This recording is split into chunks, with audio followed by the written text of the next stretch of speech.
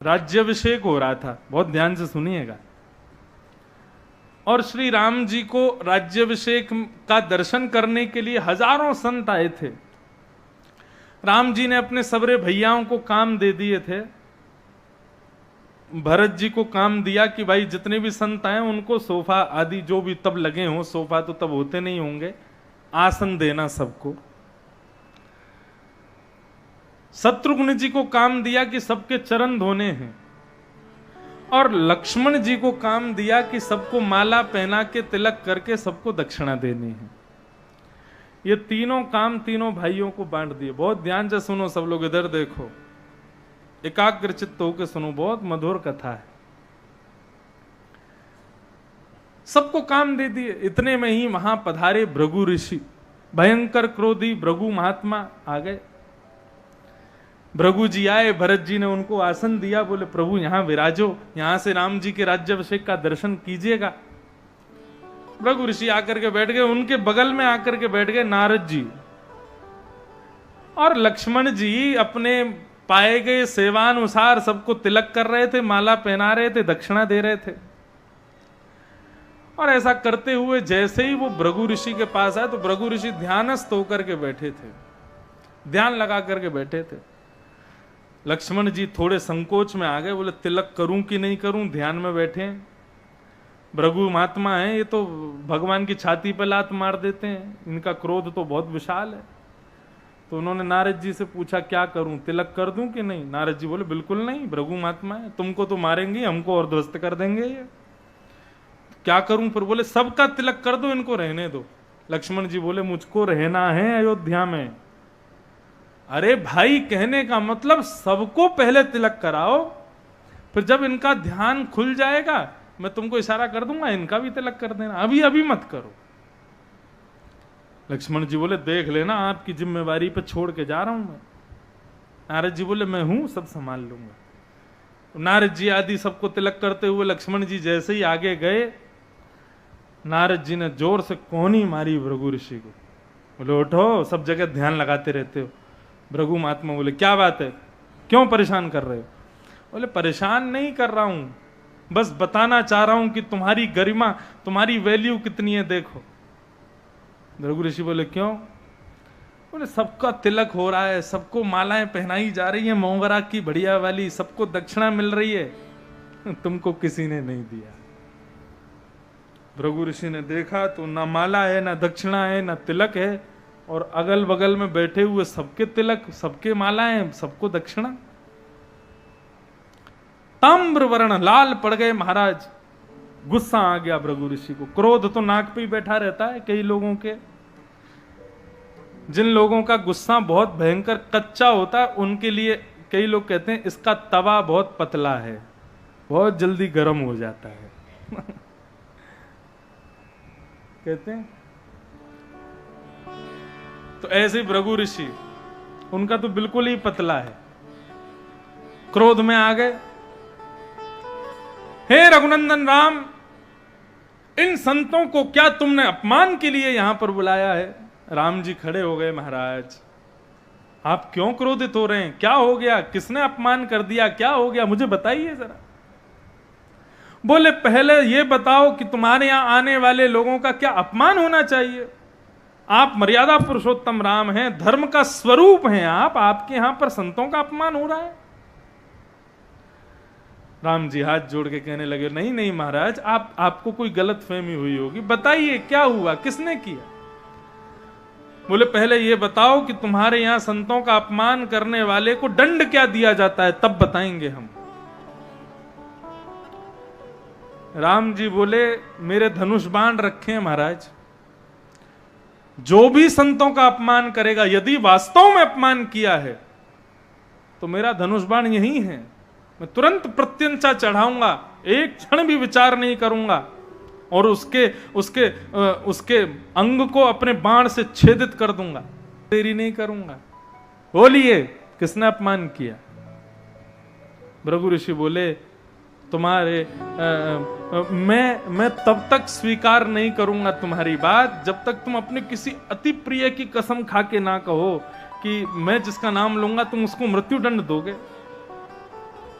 राम जी बोले ये तो बड़ी विडंबना है, लेकिन फिर भी आप मान जाओ, इसलिए मैं हनुमान की कसम खाता हूं, मेरा प्रिय है हनुमान, कि आप जिसका नाम लोगे मैं उसको जीवित नहीं छोड़ूंगा। भृगु ऋषि बोले तो फिर सुन लो, हनुमान की दुहाई देते हुए तुम कह रहे हो तुम्हारे यहां आए हुए संतों का सबका सम्मान किया जा रहा है, सबको तिलक किया जा रहा है, सबको दक्षिणा दी जा रही है, सबको माला पहनाई जा रही है। राम जी बोले हां जी, लेकिन मेरे साथ अपमान किया गया, मेरे बगल में बैठे हुए सबका तिलक हुआ, सबको मालाएं पहनाई, दक्षिणा मिली, लेकिन मेरा नहीं किया। तुम्हारे भाई लक्ष्मण ने ये अपमान मेरा किया है। राम जी ने जब देखा तो सत्य था, सबका तिलक दक्षिणा सबको माला, लेकिन भृगु ऋषि का नहीं हुआ।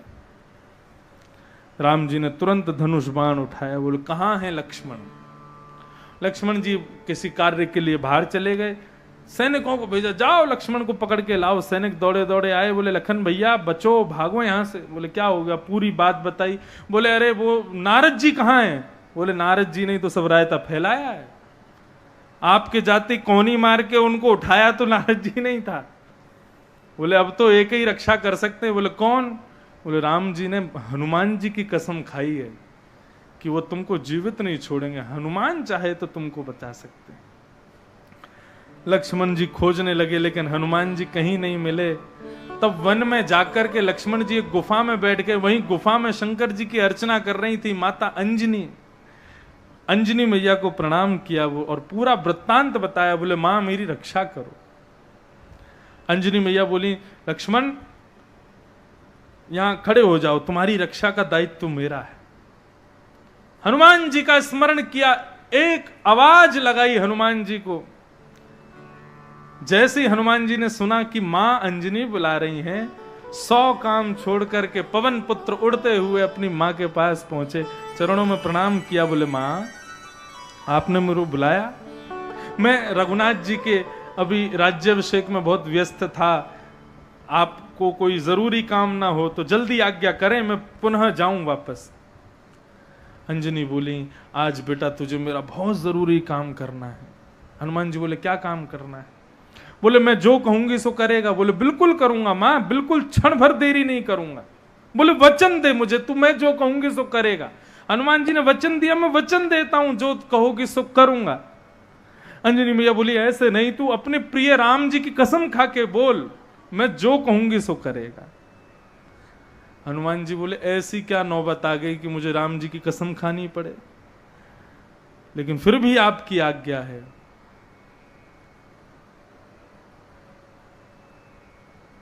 जय हो। पंडित जी देने आए थे, बोले कि कथा करके थक गए हो तो सेब खा लो आप भी।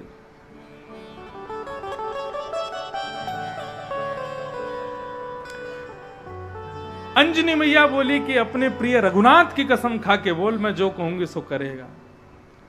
हनुमान जी ने नेत्र सजल हो गए और राम जी की कसम खाई, मां मैं कसम खाता हूं रघुनाथ की, आप जो कहोगी सो करूंगा, आज्ञा करो अब।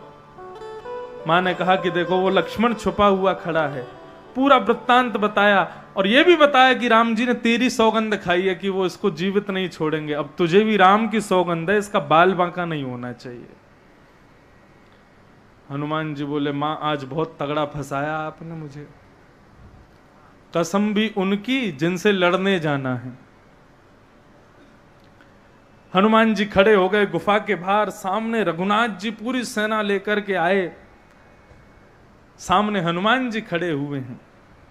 राम जी बोले हनुमान मुझे पता है कि लक्ष्मण को तुमने छुपा रखा है पीछे, लेकिन ये तुम्हारे स्वामी की आज्ञा है, अपना मारने आ गए छोटे से अपराध पे। रघुनाथ जी बोले हनुमान बात लक्ष्मण कैसा है उसकी नहीं है, बात यह है कि मैंने संत को वचन दिया है, और वचन तो दिया ही दिया है, तुम्हारी सौगंध खा करके कहा है कि मैं लक्ष्मण को जीवित नहीं छोड़ूंगा। हनुमान जी बोले तो फिर ठीक है, हम भी पवन पुत्र हैं, हम भी अंजनी के पुत्र हैं, और हम भी रघुनाथ जी के दास हैं, हमने भी आपकी सौगंध खाई है कि हम लक्ष्मण का बाल बांका होने नहीं देंगे। तो जब तक ये हनुमान जीवित खड़ा है आपके सामने, तब तक तो लक्ष्मण को आप छू नहीं सकते। तो फिर एक ही है आपके पास रास्ता, क्या? बोले पहले हनुमान को मारो, और फिर जब हनुमान रास्ता से गिर जाए, उसकी मृत्यु हो जाए, तब लक्ष्मण को जो चाहे वो करना। जब मैं रहूंगा ही नहीं तो फिर मुझे कसम की कोई चिंता नहीं, लेकिन मैं जीवित हूं तो आप लक्ष्मण को कुछ नहीं कर सकते। राम जी बोले अपने स्वामी से हट कर रहे हो? बोले अपने स्वामी की कसम की रक्षा कर रहा हूं। आपकी कसम खाई है मैंने प्रभु, ऐसे कैसे मैं छोड़ दूंगा? यदि आपको लक्ष्मण को मारना है पहले मुझे मारो। राम जी ने उठाया धनुष, लगाया बाण, प्रत्यंचा चढ़ाई, तो बोले पहले तुमको ही देखते हैं। हनुमान जी बोले बिल्कुल तैयार है, यही मारना प्रभु। जैसे ही राम जी ने अपनी प्रत्यंचा चढ़ा करके बाण छोड़ा है, हनुमान जी ने श्री रघुनाथ जी का स्मरण करके अपने संपूर्ण बल के साथ में वेग से जय श्री राम का उद्घोष किया। और जैसे ही जय श्री राम का पवन पुत्र ने उद्घोष किया, पृथ्वी डामाडोल हो गई, आकाश में बादल गरजने लगे, सामने आ रहा रघुनाथ जी का बाण थरथर कांपने लगा और कांपते हुए नीचे जमीन में गिर गया। हनुमान जी का स्पर्श नहीं कर पाया। एक बाण, दो बाण, तीन बाण, 5 बाण चला दिए राम जी ने, लेकिन राम जी के ही नाम के उद्घोष से उनके ही बाण को परास्त कर दिया हनुमान जी।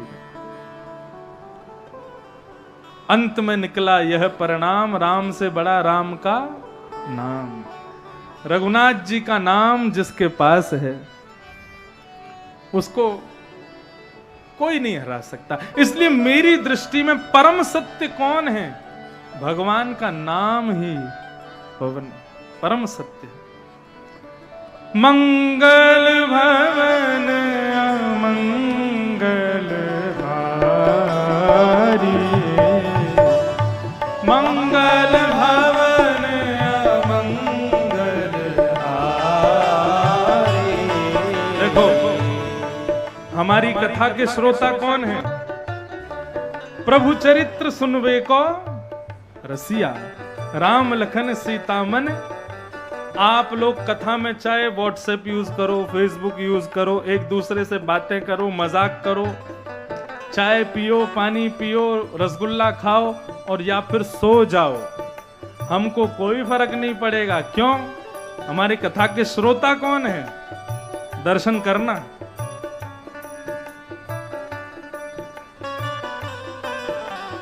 ये है हमारी कथा के श्रोता, श्री हनुमान जी महाराज। बोल अनंत बलवंत श्री हनुमान जी महाराज की। ये कथा सुनते हैं पूरी, आप लोग एक एक सेकंड की छोड़ भी सकते हो, ये नहीं छोड़ते। और देखो कौन से हनुमान जी हैं? गदा बगल में रख के कीर्तनिया हनुमान हैं, भुजा ऊपर करके, जैसे हम कहते हैं भुजा उठा के करताल बजाओ, उसी भाव में रहते हैं, तो उसको बारंबार वंदन करते हैं। इस प्रकार भागवत के प्रारंभ में भगवान के नाम को, परम सत्य को वंदन किया गया। तत्पश्चात श्री सूत जी महाराज यहां कथा कहना प्रारंभ करते हैं, और कथा के प्रारंभ में क्या कहते हैं? धर्म स्वनिष्ठित पुंसां विश्वक्सेन कथासुय नोत्पादयेदधिरतिं श्रमएवहि केवलम्। बहुत सुंदर बात। सूत जी महाराज कह रहे हैं, धर्मस्वनिष्ठितः पुंसां विश्वक्सेन कथासु यः नोत्पादयेदधिरतिं श्रम एव हि केवलम। बहुत मधुर बात। आपने शंकर जी का अनुष्ठान किया, देवी का अनुष्ठान किया, हनुमान जी की हनुमान चालीसा का अनुष्ठान किया, अन्य किसी देवी देवता के खूब सारे यज्ञ किए, खूब सारे अनुष्ठान किए। सब लोग इधर देखो, इधर देखो, यहां देखो, कथा सुनो ध्यान से। आपने जितने भी भक्ति अनुष्ठान आदि किए, आपने जितने भी मंगल जाप आदि ये ब्राह्मणों के द्वारा बड़े बड़े यज्ञ करवाए, लेकिन इन यज्ञों को, इन अनुष्ठानों को ठाकुर जी ने स्वीकार कर लिया, ये आपको कैसे पता चले? नवरात्रि आने वाली है, कई लोग जल पी करके 9 दिन गुजार देते हैं। कई लोग अपने घरों में सच्चंडी यज्ञ कराएंगे, कई लोग आदि आदि यज्ञ आदि सब करवाते हैं अपने अपने घरों में। तो ये सब देवी ने स्वीकार किया। रामनवमी के दिन राम जी ने आपकी अर्चना स्वीकार की, कोई भक्ति अनुष्ठान आदि आपने किए, वो सब ठाकुर जी ने स्वीकार किए। गया जी में एक चित्त होकर के कथा में तुम्हारा मन लगने लग जाए, कथा को तुम पूर्ण रूपेण स्वीकार करने लग जाओ, तो समझना तुमने अब तक जितने भी भक्ति अनुष्ठान किए उन सबको ठाकुर जी ने स्वीकार किया है। समझ में नहीं आई बात? अभी ताली धीमी बजे तो समझो नहीं समझे, इसलिए दोबारा समझाओ ना। अब दोबारा बार तभी बजाना जब समझ में आए। हाँ सुनो, कथा में मन आपके लगाने से नहीं लगता। कई लोग होते हैं वो अपनी पूरी व्यवस्था करके बैठते हैं कथाओं में, थर्मस में चाय रख के बैठेंगे, पानी का बोतल पास रख के बैठेंगे, इलायची बगल में रख के बैठेंगे, दबाते रहेंगे, बीच बीच में थोड़ी एक आध दाने मुंह में डालते रहेंगे। अरे हम व्यास आसन पे बैठे, सब दिखता है हमको। कई लोग ऐसा सोफा खोजते हैं जहां पर कूलर की भी हवा आ रही हो, पीछे कमर भी टिक जाए और व्यास जी को हम दिखें भी नहीं। जब कभी व्यास जी कुछ विशेष कहें तो वो ऐसे होते हैं पिलर के बगल से व्यास जी को देख के फिर सो जाते हैं, निद्रावस्था में रहते हैं 4 घंटा पूरी। ये सब स्थितियां हैं, लेकिन बिना किसी कारण के, बिना किसी व्यवस्था के आपका कथा में मन लग रहा है, तो ये बात आप नाच करके स्वीकार करना कि मेरे अनुष्ठानों को ठाकुर जी ने स्वीकार कर लिया, मेरी रुचि हो रही है, मुझे कथा में आनंद आ रहा है, मुझे कथा में खूब सुख मिल रहा है, मतलब ठाकुर जी ने स्वीकार किया। यहां पर सूत जी महाराज कह रहे हैं, यदि कथा में बैठ करके, ठाकुर जी के सत्संग में बैठ करके तुम खूब भक्ति अनुष्ठान आदि तीर्थ यात्राएं आदि करके बैठे हो, लेकिन कथा में बैठ करके तुम्हारा मन नहीं लग रहा, कथा में तुम्हारी रुचि नहीं हो रही, कथा में मन हो रहा है कब उठ के जाऊं, कब कुछ खाया हूं, कहीं कुछ चला जाऊं, इस प्रकार की भावना तुम्हारी हो रही है, तो अब तक तुमने जितने भी यज्ञ अनुष्ठान सब किए थे ना, वो सब क्या थे? बोले श्रम एव ही केवलम। वो केवल और केवल एक मेहनत थी जो आपने कर दी, जिसका आपको कोई परिणाम नहीं मिला।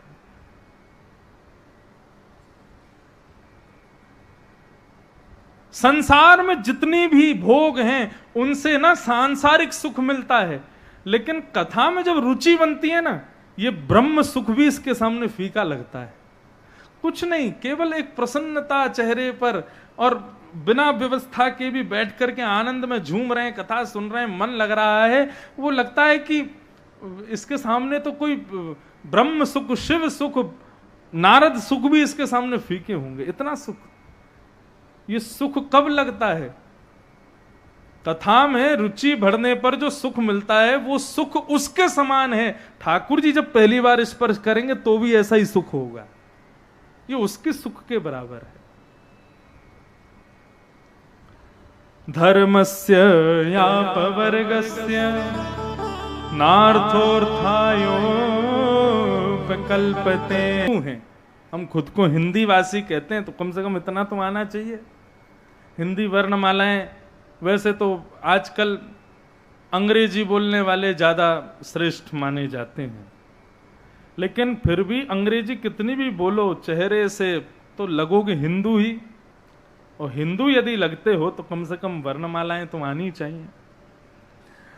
तो जितनों को आती हैं वर्णमाला, मालाओं में, वर्णमालाओं में वो शब्द होते हैं, कवर्ग शब्द, टवर्ग शब्द, चवर्ग शब्द, पवर्ग शब्द, ये होते हैं।